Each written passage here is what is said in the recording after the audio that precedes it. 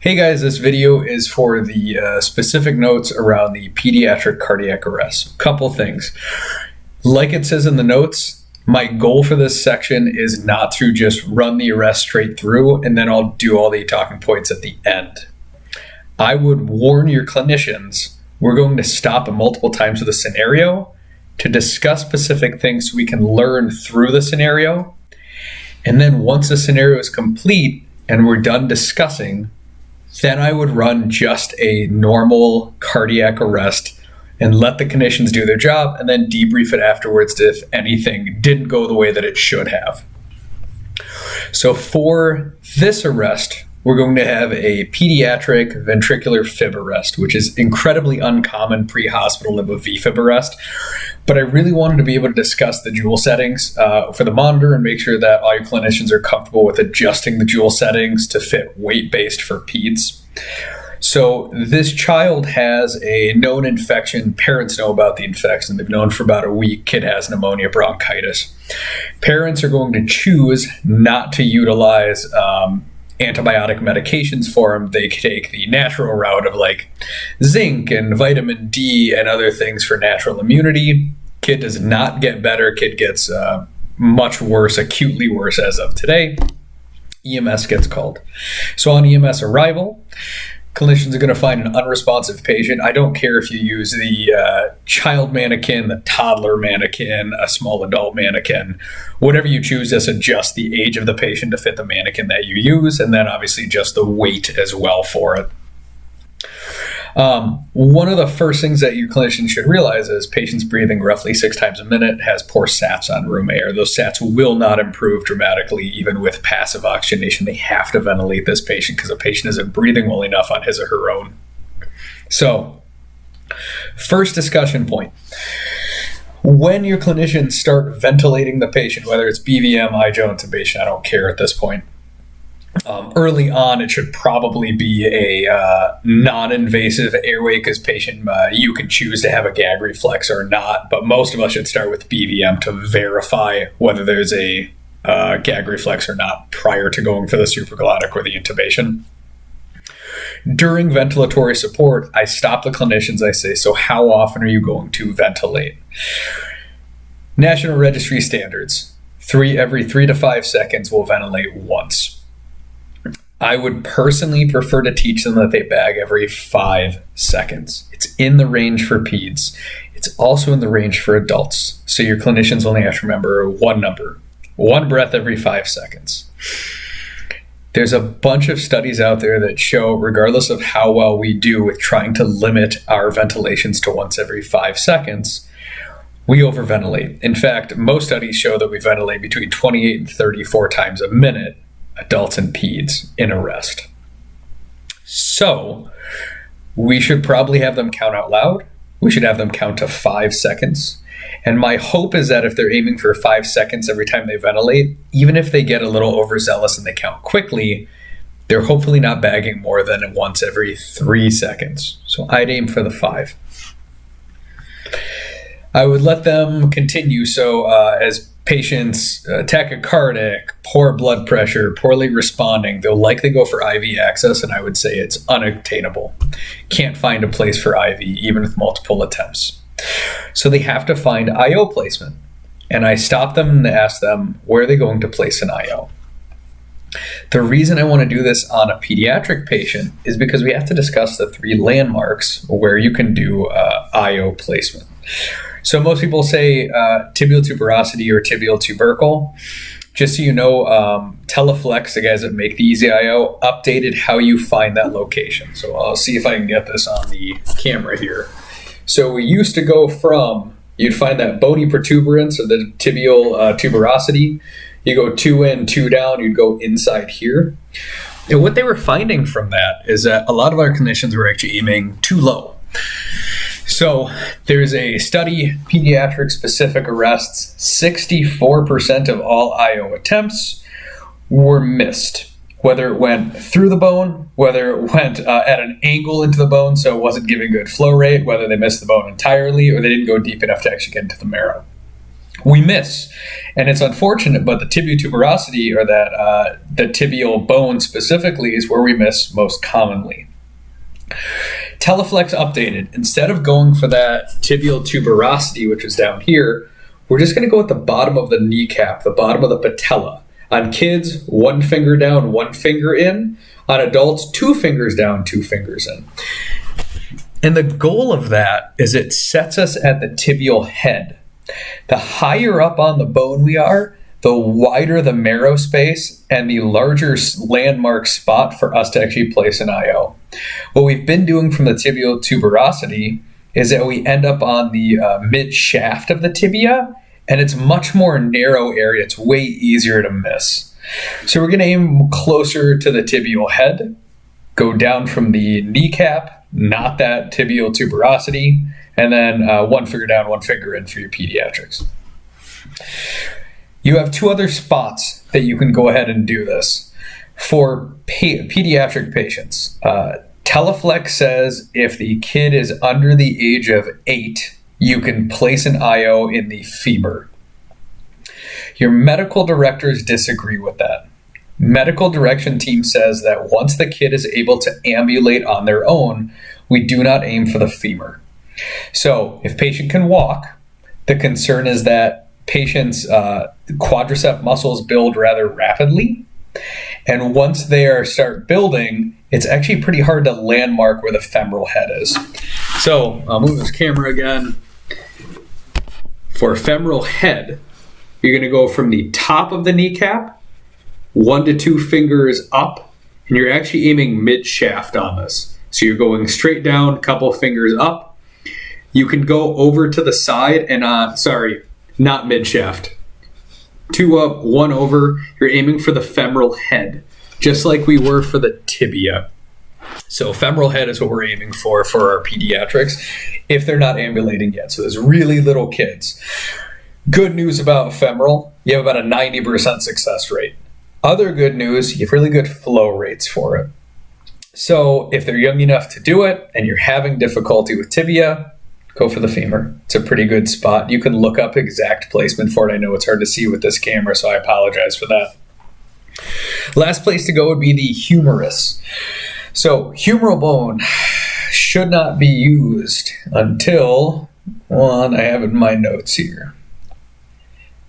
I want to make sure that I'm not telling you guys incorrectly. All right, I will add the age to my notes because apparently it's not actively in there at this time. I believe it's over the age of 8. You can start going for the humeral head. What Teleflex says and what the medical directors say are if you can actually find the bony protuberance, you can go ahead and do it. As long as you can landmark the spot, you can go ahead and place a humeral head IO. Most important things with humeral head: turn their arm in or leave their arm down and turn the thumb down. Either one of these rotates the actual humeral head, so you have the bony protuberance on the outside. The other reason, besides helping with landmarking, you guys have tendons and ligaments that run down the top of this muscle that control movement of the arm. I don't want to perforate those tendons and ligaments with my needle. By internally rotating, by rotating the arm in, it actually rotates those tendons and ligaments out of the way. I don't end up causing nerve damage. I don't cause ligament damage. I'm just aiming for the bone. Once I have that there, I have a few options for landmarking. You need to take both of your hands. I place a pinky on the lateral side of this arm, and I place the pinky in my other hand right in the armpit. So it goes like this. I put my thumbs together, and I should feel the humeral head. Teleflex also suggests find the humeral head, and then you put a palm on that to verify, yep, that is a bony protuberance. That is where I want to place my needle. You guys can look up a couple of other landmarking ways. It's really hard for me to show you guys without having somebody else with me to show it on. but I think that's the easiest way to do it, is the two hands, thumbs in the middle. I found the humeral head. You're going in at roughly a 45-degree angle, and this should be between the medial and lateral aspect of the arm. So right out here. Things that you need to keep in mind for your IO stuff. There's a whole bunch of studies that were done on this. I have a lot of notes for it. So one study found 0 out of 2 femoral attempts were successful on IO placement, but it's important to recognize that in that study, the femoral attempts were made after unsuccessful tibial attempts. So while there is one study that showed femoral IOs may have a lower chance of success than other landmarks, most of those studies show that the clinicians in general just weren't successful in placing IOs. And I don't know if that was a anatomical problem, a training problem, I couldn't tell you. But in general, most studies have shown femoral have been much more higher probability of success.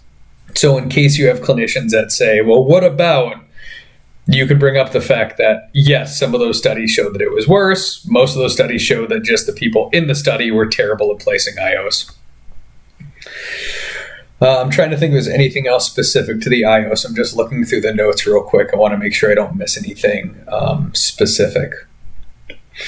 We do get a few questions on flow rates and where the most appropriate place to put it. Teleflex provided one study for me that showed that humeral IO location can reach up to 6 liters an hour, which is about 2 to 3 times higher flow rate than any other spot besides sternal IO, which we don't do anyway. Most studies, however, show that you get between 1.8 and 2.5 liters per hour in every site, whether it's tibial, femoral, or humeral.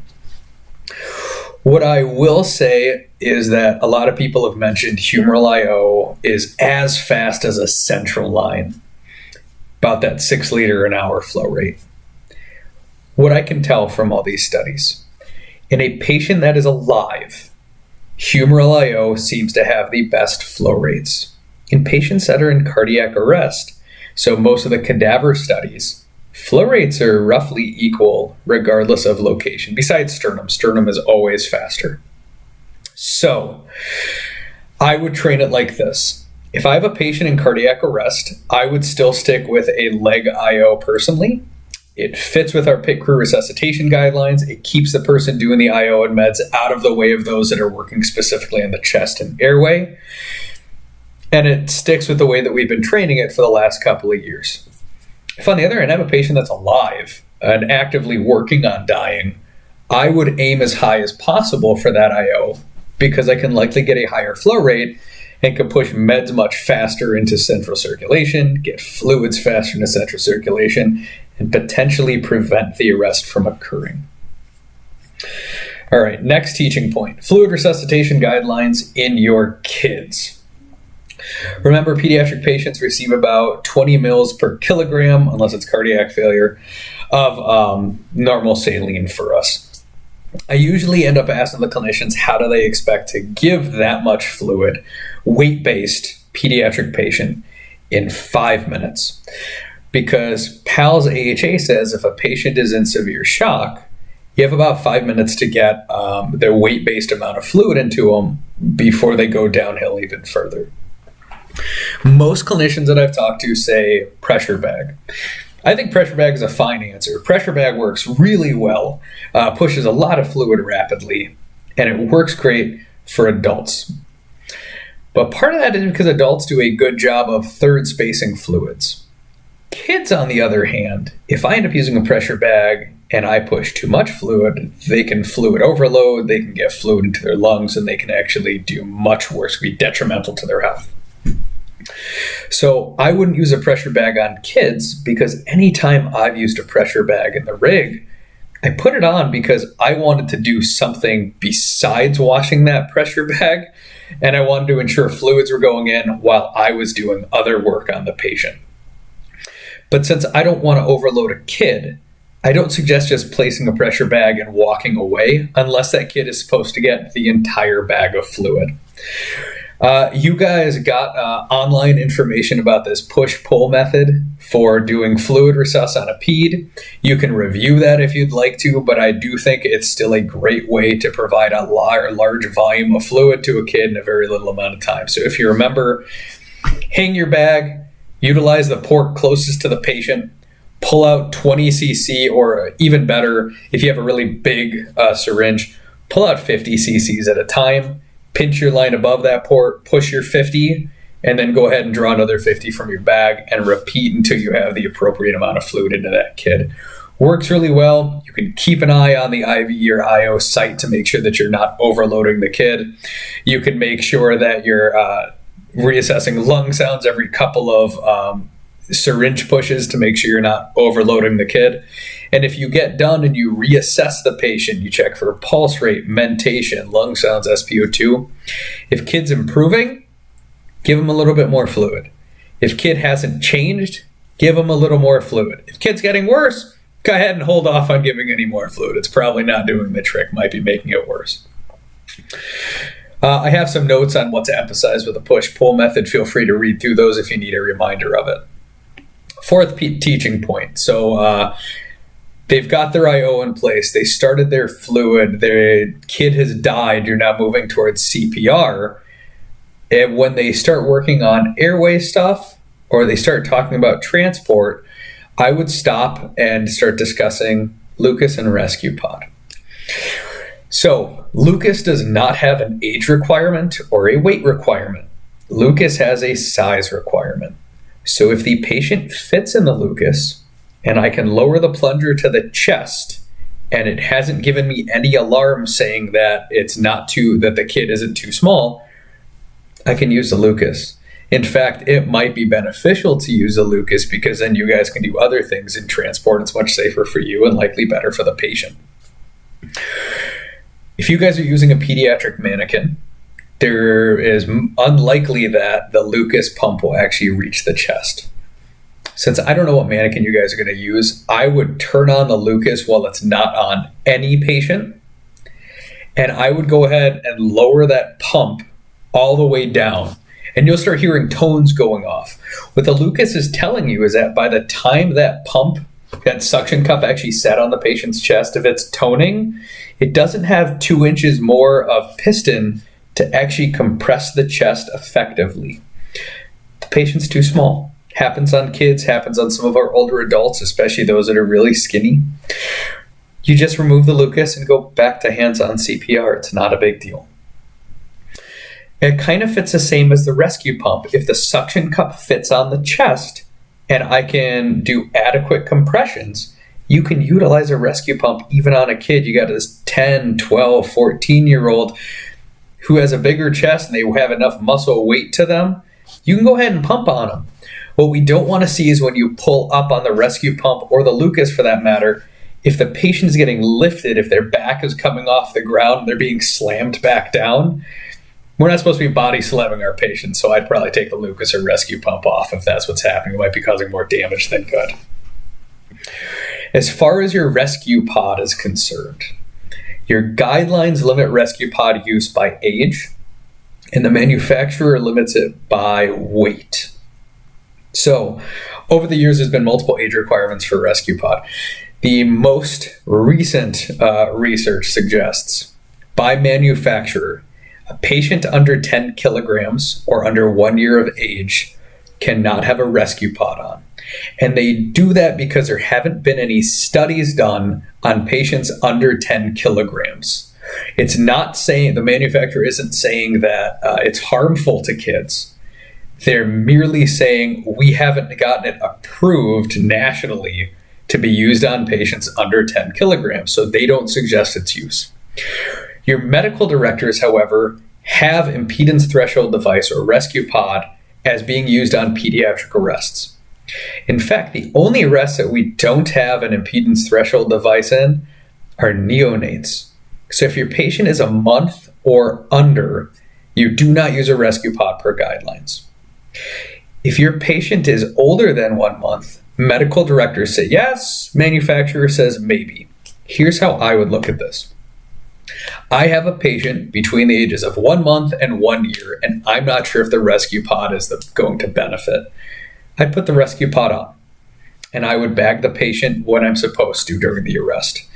But when I'm letting go of my bag, so I squeeze and I let go, I would take a look at that patient's ribs. And if I see severe intercostal contractions, or if I start seeing blood coming up into that airway, and it's not around when I just gave my epi, because there's almost an expectation you might get a little bit of blood back right after you push the epi for reasons we don't need to get into today.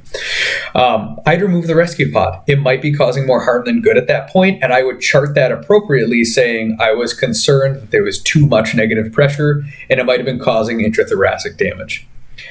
If, on the other hand, I bag and I let go and the ribs look good and the end tidal CO2 is looking good and the patient's not showing any signs of distress, I'd leave it. It's probably going to do more good than harm in almost all cases.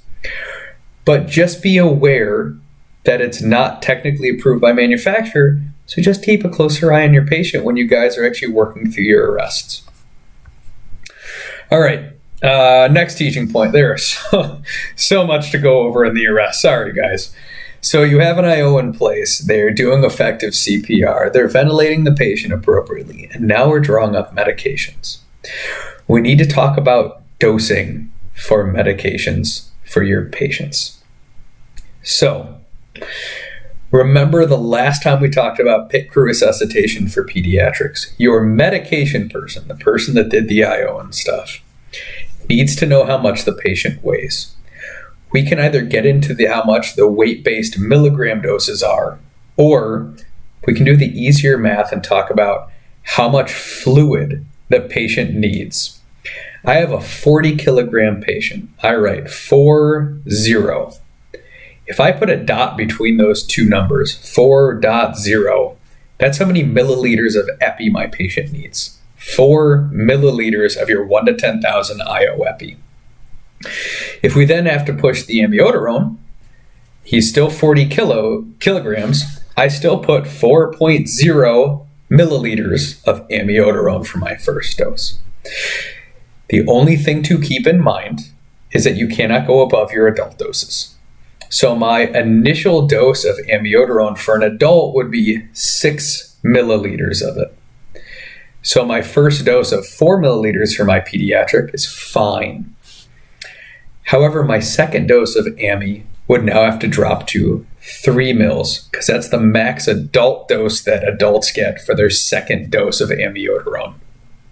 I hope that's somewhat clear. So easy math. Take their weight, put a dot, a decimal, between the last number and the next number over. So if they weigh 22 kilos, they get 2.2 milliliters of amio or epi, whichever med that you end up pushing, depending on the type of arrest that it is. You guys can do the math on the milligrams later. I have some notes about how that all works. Hopefully you guys remember some of that.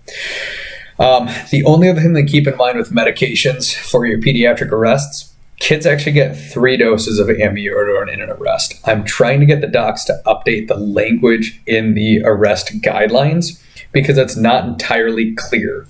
The guidelines just say patient can get a max dose of blank amount of amiodarone over the course of the arrest. It ends up being 3 doses of amiodarone. So just make sure that you're remembering after your third epi, if patient's still in a VFib arrest and you're at your next 2-minute cycle, you have to give a third amiodarone dose, and then you can do epi, nothing, epi, nothing, epi. Or I guess with region, that would be AHA. Regions guidelines, obviously, it's epi at 2 minutes, amio at 4, amio at 8, epi at 10, amio at 12. Nothing confusing at all about that. Good luck remembering all of that when you guys are actually running the arrest for it. All right.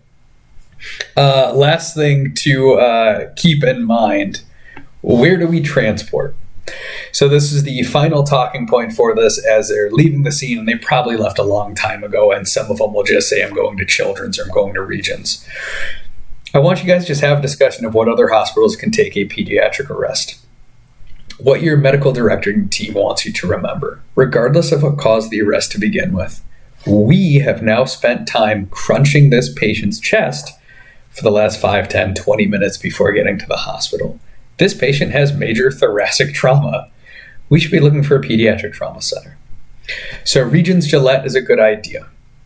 Minneapolis Kids is a good idea. Hennepin County is a good idea. North Memorial is a good idea. So all level 1 and level 2 pediatric trauma places, plus cardiac centers. What we shouldn't be doing is saying, boy, we've been crushing this kid's chest for the last half hour. Why don't we go to St. Paul Kids? Now, St. Paul Kids is an appropriate pediatric hospital, but they're not a pediatric level 1 trauma hospital. So if family says, I don't know where to go, you tell us where you're taking him, we should be saying, I'm going to take him to a level 1 pediatric trauma center. If, on the other hand, the parents say, we always use St. Paul Kids, we always use St. Joe's, if it's a pediatric center, we can't say no, but we should coach the parents in saying, we can do that, but your child may get transferred out post-care during the rehabilitation phase, right? Any pediatric hospital can run the arrest.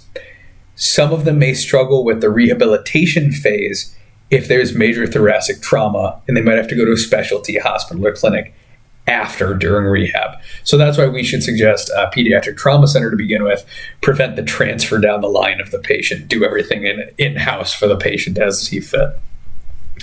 So after I do all of that talking, I would then have them rerun an arrest. You can do PEA or you can do VFib. I don't really care. I like sticking with the VFib arrest just because then you can go over the joule setting. So remember, it's 2 joules per kilo to begin with, 4 joules per kilo. Stick with it.